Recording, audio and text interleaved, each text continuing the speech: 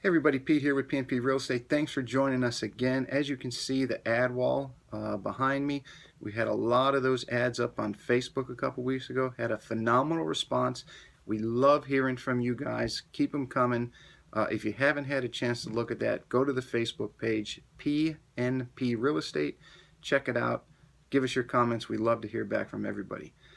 This week, as you can see, no other professionals, just myself.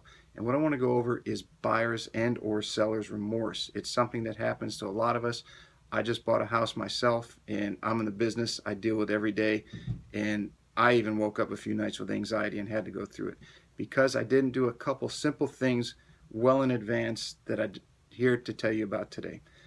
If you're a buyer, what you want to do is have a very good understanding, write it down if you have to, of the criteria and the things that you want out of the property you're going to buy. For example, you want to know the size, you want to know the neighborhood, you want to know the view, the number of bedrooms, the bathrooms, the price, all those things. Once you write them down, get them to a level you're comfortable, and then you stick to it the entire process, because there's a lot of phenomenal properties here in the Hilton Head and Bluffton area, and it's very easy to get seduced. So you start going up a little bit and then a little bit more, and next thing you know, you're out of your price range and you're emotionally distraught, and you can't make a decision, and it's just a lot of bad things that happen.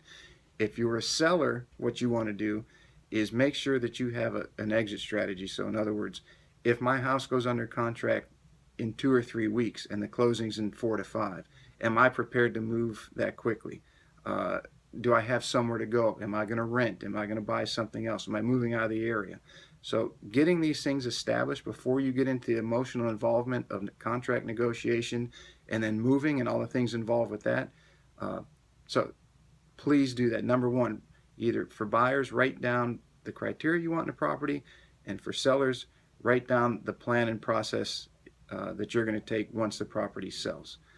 The second thing is, for buyers, it is very important that you talk to a lender prior, because based off the lending criteria since 2008 and the credit crisis, a lot of lending things have changed. So you're going to want to make sure that you can afford what you think you can afford. And some people can afford more, some people can't afford what they think they can. So talking to a lender is imperative before you start the process, because if you don't, what I see a lot of people do is they find a property they absolutely fall in love with, and then they go to their lender and they find out they either can't qualify, or something that they did recently, as simple as buying a new car or leasing a new car, can really disrupt your ability to buy.